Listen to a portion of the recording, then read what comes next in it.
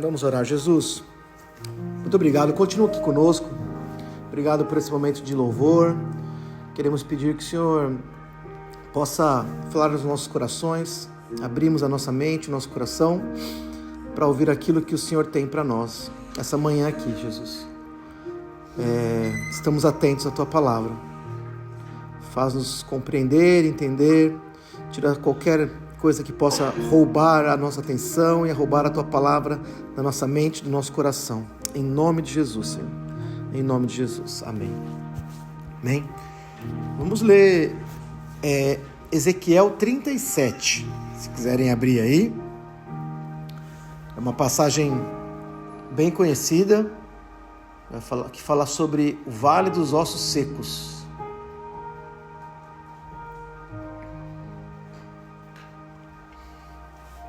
Ezequiel, número 37, capítulo 37. A gente vai ler inteiro, depois a gente fala um pouquinho sobre alguns pontos aqui.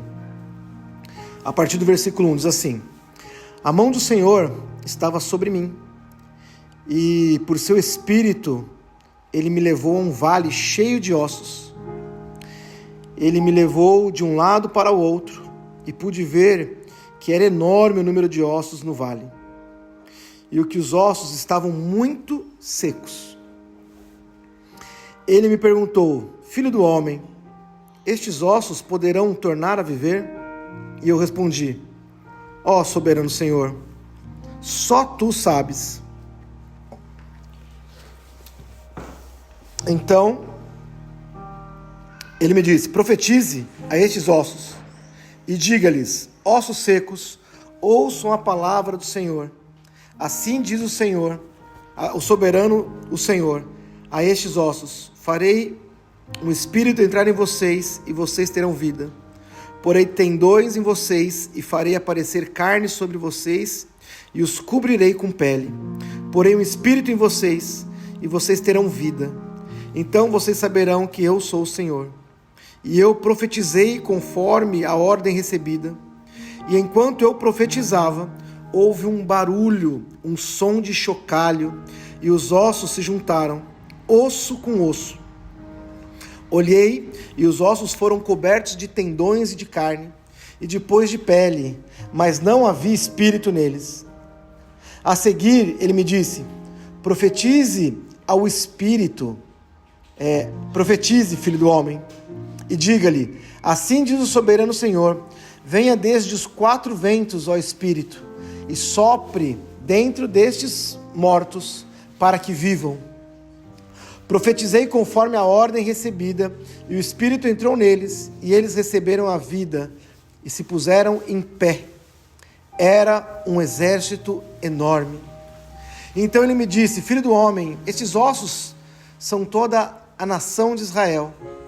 Eles dizem: Nossos ossos se secaram, e a nossa esperança desvaneceu-se, fomos exterminados. Por isso, profetize e diga-lhes: Assim diz o soberano, o Senhor, ó meu povo, vou abrir os seus túmulos e fazê-los sair. Trarei vocês de volta à terra de Israel. E quando eu abrir os túmulos e os fizer sair, vocês, meu povo, saberão que eu sou o Senhor. Porei o meu espírito em vocês, e vocês viverão, e eu os estabelecerei em sua própria terra. Então vocês saberão que eu, o Senhor, falei e fiz. Palavra do Senhor. Amém. Aqui só para a gente dar um contexto, um contexto histórico. Ezequiel, ele estava contextualizado ali, né, para lembrar, o povo de Israel tinha sido levado como escravo para a Babilônia, e Ezequiel, ele profetiza dentro do cativeiro babilônico. Ele era um dos escravos que estavam lá, ele foi levado junto, e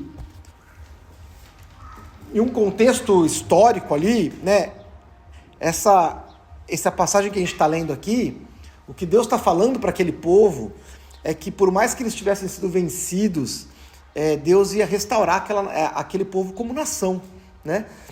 Mas, além dessa palavra, obviamente, para a nação específica naquele momento, a gente pode fazer um paralelo muito interessante dessa palavra para a nossa vida aqui, né? Aqui no comecinho nós lemos ali no versículo 3 ali, Filho do homem, poderão esses ossos tornar a viver? E aí lá no versículo 11, o povo diz assim, os nossos ossos se secaram e a nossa esperança desvaneceu-se, né? A gente foi exterminado. Quer dizer, o povo, as pessoas dali, eles estavam tristes, temerosos, sem esperança. Não havia vida neles, sabe? E quando a gente olha para a nossa vida, quando a gente olha para os dias atuais, a gente pode pensar que alguma área da nossa vida esteja morta, sabe? Esteja sem vida. Às vezes é um sentimento, às vezes é um relacionamento. E a gente pensa, poxa, isso daqui não tem saída, sabe? E aí a gente está exatamente como o povo dizia, cara, isso está muito seco. Não tem como mudar, não tem como sair disso. E é exatamente aí que mora a esperança, sabe? A esperança que vem no nosso Deus. A esperança em meio a algo seco, a algo morto, né? Nós cremos em um Deus que traz vida. No próprio livro de Ezequiel, se a gente for um pouquinho mais para trás ali, Ezequiel 32, 37, diz assim, eu sou o Senhor, o Deus de toda a humanidade. E aí ele pergunta assim, há alguma coisa difícil demais para mim? Sabe, esse é o nosso Deus. Ele é o Deus que criou tudo. E ele fala assim, cara, vocês acham realmente que existe alguma coisa impossível para mim? Você acha que existe alguma coisa difícil para as mãos de Deus? Para nós, um vale cheio de ossos é muito difícil. É algo que não tem mais volta, né? Não tem, morreu, está morto. Mas quando a gente olha para Deus e quando a gente entende que a nossa vida é com Deus, não existe nada difícil para Ele. E aí é algo que tem que ficar para nós aqui, sabe? Talvez a gente já tenha desistido, talvez a gente já tenha desanimado. E às vezes a gente pensa que é algo muito difícil, algo muito grande. Mas eu sempre gosto de trazer isso para o nosso dia a dia, né? Assim, não adianta a gente pensar em algo miraboloso, grandão, não. Às vezes é algo tão pequeno, é algo, sei lá, que a gente já tentou tanto. E falou, pô, mas, cara, eu já tentei tanto fazer isso e eu não consigo. Sabe, eu já tentei tanto me aproximar de Deus, eu já tentei tanto orar, eu já tentei tanto vencer algum pecado. Ou, cara, isso daí sempre me domina, isso daí sempre vence, eu não consigo. É exatamente isso que Deus está falando aqui. Sabe, Deus não está falando nada, não, Deus está falando algo pequeno. Algo que talvez a gente já tenha tentado, já tenha feito, mas a nossa cabeça é algo que fala, não, isso aqui, cara, não tem mais jeito. Já está morto, sabe? Às vezes é um relacionamento que a gente tem, e a gente fala, poxa, mas isso aqui já esfriou tanto. E não precisa nem ser marido e mulher, pode ser pai e filho, pode ser com parente, com amigo, com alguém que sabe que a gente gosta muito, e a gente fala assim, não, mas, cara, isso daí já... E Deus falou assim, não existe nada difícil para mim, não existe nada impossível, né? Em João 11, 25, no Evangelho de João, diz assim, Jesus está dizendo, eu sou a ressurreição e a vida. E aí ele completa, aquele que crê em mim, ainda que morra, viverá. Olha só. Não existe nada impossível para o nosso Deus, né? E esse exemplo do vale é muito, muito, muito real, assim. Imagina a situação de Ezequiel. Ele está dentro de um cemitério todo aberto. Imaginem isso, né? Mais fácil às vezes a gente pensar nisso, né? Um vale de ossos. Pensa num cemitério aberto. É isso. É um vale que você imagina que houve uma grande guerra E muitos, o exército inteiro praticamente morreu e ficou lá no vale, secando, né, ao sol. E é essa visão que ele tem. E aí a palavra que vem para ele é: você acha que é possível que eles vivam? E a resposta dele é importante para a gente. Que lindo, meu amor. Vai lá desenhar, vai. A resposta dele é interessante, que é: Senhor, o Senhor sabe. O Senhor sabe. Se o Senhor quiser, eles vão viver. Sabe? Escondido nessa palavra, e aí, obviamente, né? Eu pensando, se eu estivesse lá, cara, para mim isso é impossível. Eu não consigo fazer. Não existe nada nesse mundo que vai trazer vida para esses ossos. Mas o Senhor sabe. O Senhor pode. Sabe? E essa é a resposta que a gente tem que dar para Deus. Por mais que no nossa mente, no nosso coração, algo pareça impossível, a gente tem que falar assim: peraí, para mim é impossível. Senhor, mas o Senhor sabe que é possível. E eu sei que se o Senhor quiser, o Senhor pode fazer. E ele diz: então, profetize. E aí aqui também tem algo interessante. O profetiza, às vezes a gente pensa que sei lá, né? No linguajar crentez falar em língua, entrar no mistério. Não, profetiza é usar a nossa boca para falar. Né? E aí a gente já ouviu aqui há um tempo atrás, falamos sobre o poder que a palavra, a nossa boca tem. Né? Nossa boca, a Bíblia diz que tem o poder de mover os céus e a terra. Então, quando a gente abre a nossa boca com fé, significa assim: Senhor, eu não estou mentindo e falando aqui em verdade, mas eu estou dizendo assim: eu sei que isso é impossível, mas eu creio e eu falo com a minha boca que isso é possível. Essa é a diferença, entende? Então, a nossa mente pode pensar: cara, não vai dar, cara, não rola. Mas a nossa boca vai profetizar, entenda? Não é falar uma mentira, não é falar né? Não, é falar: Senhor, eu falo com a minha boca porque eu tenho fé que isso vai acontecer. E o que o Senhor estava dizendo para Ezequiel é isso: Ezequiel, abra a tua boca, porque é através da tua boca que o milagre vai acontecer. Entende?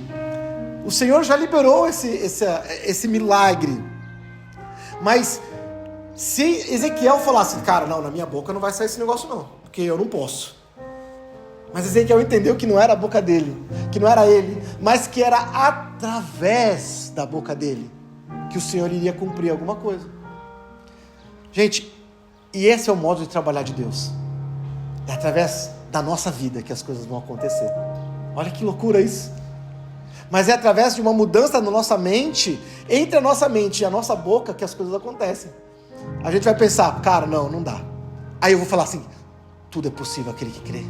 Mas espera aí, a palavra de Deus diz que Ele é a ressurreição e a vida. E se Ele é a ressurreição, por mais que pareça morto, eu vou abrir a minha boca e vou falar: isso está vivo.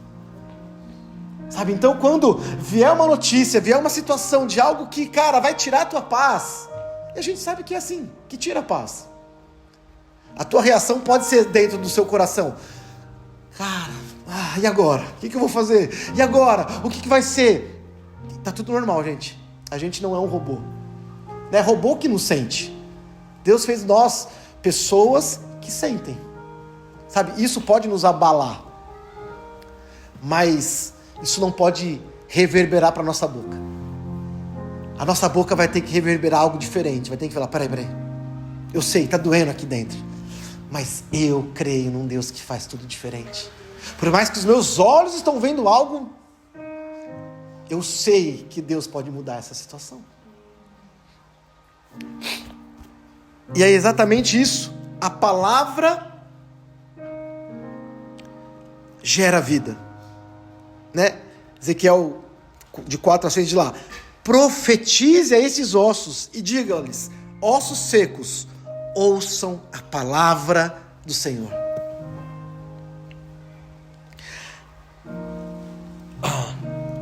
Aqui não é um mistério, mas é algo importante que Deus deixa pra gente. É a gente profetizar a palavra dele. Entende? Não é a minha palavra. Quando a gente vai abrir a boca e falar assim: não isso não é só o que eu acho, não é só o que eu desejo. Não, é a palavra de Deus que diz. E a palavra de Deus diz que o Espírito gera vida. Então, haja vida. No caso de Ezequiel aqui, mas a palavra de Deus vai dizer, a palavra de Deus diz que eu e minha casa serviremos ao Senhor. Então eu profetizo que eu e a minha casa serviremos ao Senhor. Eu profetizo que... E aí você vai profetizar a palavra de Deus. Entende? Você vai dizer assim, a palavra de Deus diz que eu sou nova criatura. Então essa criatura velha, que tinha sentimentos velhos, desejos velhos, já não existem mais. Essa é a palavra que nós vamos profetizar. E essa palavra que veio dos céus vai gerar vida, vai gerar mudança, vai gerar transformação que o Senhor deseja que haja em nossas vidas.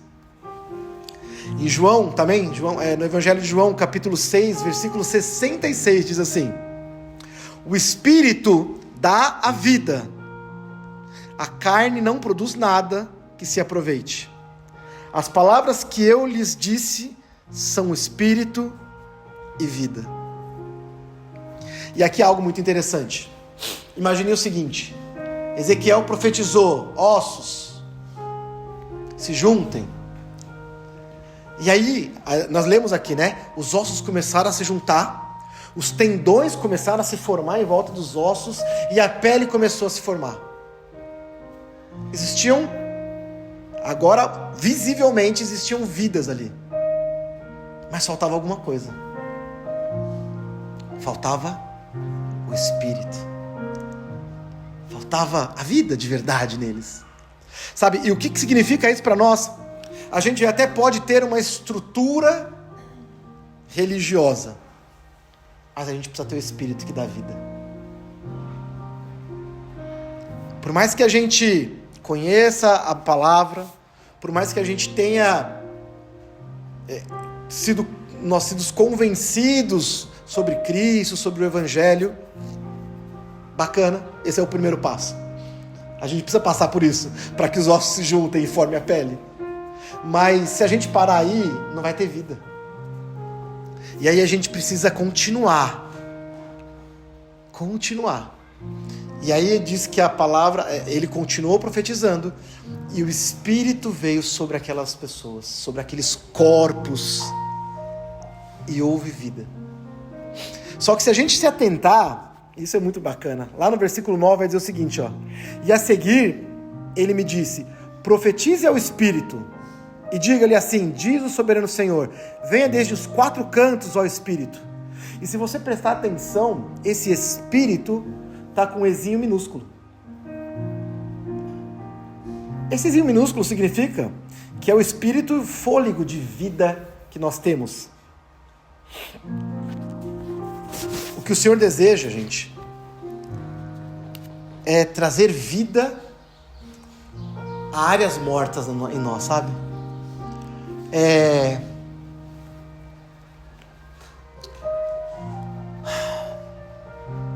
Às vezes, eu vou falar de mim, né? Eu posso falar de mim só. A gente tem bastante tempo de igreja, bastante tempo de crente, mas às vezes algumas coisas se apagam dentro de nós. Sabe? Às vezes é um desejo de buscar Deus, às vezes é um desejo de buscar a palavra, às vezes é, não sei, um desejo de adorar o Senhor. E o Senhor deseja trazer vida a isso, novamente. Entende? Trazer anseio e vontade de nós para fora. Entende o que eu quero dizer? O desejo que estava aqui dentro, talvez, de buscar, de ansiar, que se apagou, é meu, de mim, para Deus. Entende isso que eu quero dizer? Não é dele para mim. Eu preciso buscar, eu preciso querer, eu quero conhecer a palavra, eu quero adorar o Senhor, eu quero orar mais, é o meu, tem que nascer de mim isso aqui, tem que estar aqui dentro. E é esse Espírito com E minúsculo que Deus está soprando em nós, que Ele quer soprar em nós novamente, sabe? Em outras palavras a gente pode dizer que é voltar àquele primeiro amor, sabe? Aquele desejo, aquela coisa assim de falar, uau, de apaixonado por Deus, de apaixonado pela palavra, de apaixonado pela obra, de apaixonado, sabe? De querer, de ansiar. Profetize, filho do homem, sabe? E aí ele diz, dos 4 cantos vieram esse Espírito e trouxe vida novamente. Trouxe o desejo, trouxe o anseio, sabe, que vai nos impulsionar à frente. Mas não para aí. Versículo 14 vai dizer assim: então Deus falando, então eu porei o meu Espírito. E agora, exão maiúsculo, que significa o Espírito de Deus, que vem dos céus. E esse Espírito, junto com a base que foi restaurada, os ossos que foram restaurados, o nosso espírito que está aberto a receber, vai receber o Espírito de Deus em nós. E aí a obra é completa em nós. Sabe, Deus, Ele não queria apenas levantar um corpo, restaurar um povo, mas Ele queria dar uma nova identidade àquela nação. Né? Historicamente, se a gente for olhar o que aconteceu, por que Deus permitiu que Israel, que Judá nesse caso aqui, fosse levado cativo? Porque a gente vai ler lá os reis, a gente ia ver lá que uma hora o rei servia a Deus, outra hora não servia. Uma hora servia, outra hora não servia. Uma hora servia, uma hora não servia. Aí Deus falou assim: gente, por amor a vocês, eu vou deixar vocês serem escravos para que esse espírito seja restaurado e eu possa restaurar vocês como nação, com a minha nação. Sabe? E Deus faz exatamente assim com a gente. Deus vai pegar a nossa vida, sabe, vai tirar talvez de altos e baixos, e vai buscar e falar assim: agora eu preciso pegar você, eu preciso trabalhar com você, eu preciso que você entenda que você precisa gerar vida novamente em algo morto em você, que essa nova vida tem anseio em mim, e aí sim eu vou pegar e vou gerar novamente, derramar o meu espírito. É isso que Ele estava fazendo com aquele povo, e é isso que Ele está fazendo com a gente. Formando uma base nova, formando novamente, sabe, o esqueleto é o fundamento de tudo. E a gente tem falado muito disso, né, nas nossas reuniões, que Deus está preparando, é um tempo que Deus preparou para nós aqui, de preparar a base. Lembra que eu sempre falo isso? E o que mais é a base que não seja os ossos se formando, os tendões se formando? É isso, é a base, sabe? A gente não vai crescer faltando um osso, a gente não vai crescer faltando um tendão, a gente não vai crescer sem um espírito, não, a gente não vai crescer não, a gente vai crescer com a base, com a palavra, com o nosso espírito ansiando a Deus, e aí sim, com o espírito dele enchendo a nossa vida. E aí a obra é completa. A promessa de Deus era essa, né? Não apenas ressuscitar, mas dar direção, propósito em um lugar. Olha isso. Deus queria dar uma direção para aquele povo. Eles estavam perdidos. Um propósito. Pensem, tudo isso aconteceu para que Jesus um dia viesse e pudesse salvar as nossas vidas, lá na frente. Mas eles tiveram que passar por um cativeiro, serem libertos, voltar, para que Jesus pudesse vir depois. E além disso, um lugar, né? Aquele povo precisava ter um lugar. Eles foram restaurados. Semana passada a gente falou de Neemias, que já foi a volta desse povo para Jerusalém. Da mesma maneira, gente, nós temos um lugar, um propósito em Deus, sabe? O Senhor quer alocar cada um de nós aqui nesse lugar, porque se a gente estiver no lugar que o Senhor colocou pra gente, cara, a gente vai ter uma identidade clara, sabe? Eu sei quem eu sou, eu sei quem Deus é em mim, e eu sei o que Ele espera de mim. A restauração que Deus quer fazer na nossa vida, gente, é uma restauração completa, espiritual, emocional e comunitária. Você acredita? É isso aqui, ó, em comunhão, juntos. A gente falou isso também. O trabalhar de Deus é em cada um de nós. Deus está trabalhando na minha vida de um jeito, na Pri. Cada um, Deus faz uma coisa diferente. Mas juntos a gente é mais forte. Junto a gente consegue. E essa restauração, ela passa por essa comunidade aqui, né? E 2 Coríntios 5,17 vai falar assim: se alguém está em Cristo, é uma nova criatura. As coisas antigas passaram, ficaram para trás, e tudo se faz novo.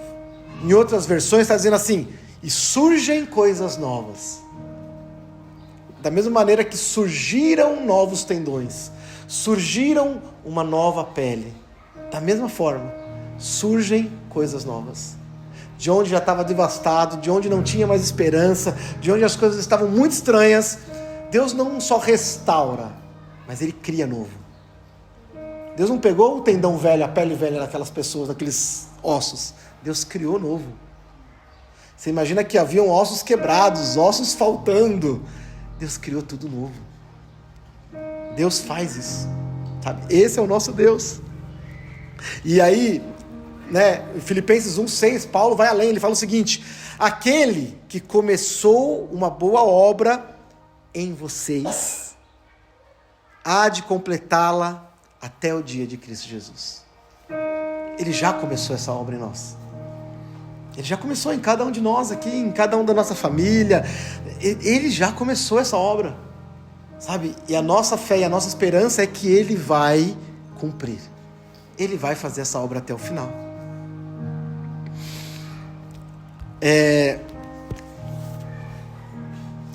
Essa história, de novo, ela vai mostrar pra gente que não existe situação perdida para Deus. Não existe situação perdida. Não existe situação perdida para Deus. Ele vai dar vida ao morto. Ele vai restaurar o que parecia destruído. E Ele vai levantar novamente a nossa vida. Ele vai levantar, Ele vai restaurar, Ele vai trazer vida para aquilo que estava morto. E a pergunta que Deus faz para nós essa noite, Deus faz para nós hoje pode esses ossos viverem novamente? A gente acha que pode de verdade, assim? A gente crê que Deus pode restaurar qualquer coisa? Se essa nossa resposta for sim, Senhor, eu creio, e o Senhor sabe que pode. Por mais que eu ache loucura, por mais que eu ache difícil, por mais que eu não veja saída, a Tua palavra diz que pode. A gente pode garantir que vai ter vida. Sabe, a gente pode ter essa esperança e sair daqui essa manhã renovados mentalmente, emocionalmente, espiritualmente, sabendo que Deus continua trabalhando, mesmo a gente não entendendo, mesmo a gente não vendo, talvez a gente não veja. Entenda, aqui no começo vai dizer que de Ezequiel, quando os ossos começaram a se movimentar, houve um grande barulho, sabe, houve ruídos. Sabe o que quer dizer isso? Quer dizer que não vai ser algo bonito de se ouvir, de se ver. Vai ter barulho, sabe? Esse barulho pode assustar a gente. Esse negócio pode falar, mas tá acontecendo alguma coisa aqui, o que tá acontecendo, sabe? Tipo, entenda, são as coisas se movimentando para que Deus possa restaurar. E Deus faz. Deus vai fazer e Ele continua fazendo. Eu creio nisso. Amém? Então, feche seus olhos um instante. E nesse momento, eu não sei se você conseguiu identificar algo na sua vida, ou alguma situação que você passou, tem passado, algo que te marcou talvez, e isso tenha te machucado, e você sabe que você precisa de uma cura.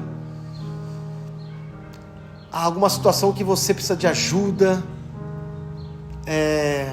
Não sei, alguma notícia que veio e isso destabilizou e que te trouxe uma tristeza, que te trouxe uma dúvida no teu coração. Apresente isso para o Senhor agora. Apresente isso, fala: Senhor, eu sei que, por mais difícil que pareça para mim, a Tua palavra diz que tudo é possível ao que crê. A Tua palavra diz. E comece aí com você mesmo, assim, sabe? Vai falando, Senhor, eu creio que o Senhor pode mudar tudo. Eu creio que o Senhor pode mudar minha casa, eu creio que o Senhor pode mudar minha mente, eu creio que o Senhor pode mudar a vida do meu filho, do meu pai, da minha mãe. Eu creio que o Senhor pode mudar a minha família. Eu creio. Jesus, esta manhã nós, Pai, abrimos a nossa boca aqui, a nossa mente, o nosso coração, para falar que nós cremos, Pai, no Senhor. Pedimos que, Pai, aquilo que estava morto, volte à vida. Pai, aquilo que precisava ser movido de lugar, Pai, mova de lugar para que ele se encaixe perfeitamente onde deve se encaixar. Pai, aquilo que precisava ser restaurado como um tendão, como um músculo, Pai, que seja colocado e restaurado no lugar. Pai, e além disso tudo, Pai, nós precisamos do Teu Espírito, Pai, para nos guiar, para nos moldar, para que a gente tenha uma vida, e vida em abundância no Senhor, Pai.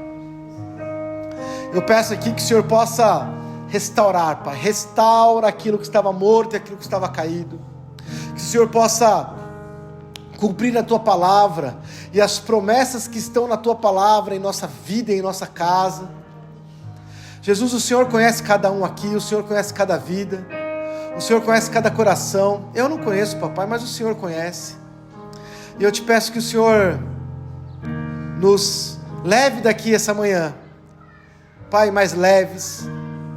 Que o Senhor nos leve aqui, Pai, para viver esse dia e essa próxima semana, Pai, pensando de uma maneira diferente. Que o nosso anseio em Te buscar seja maior.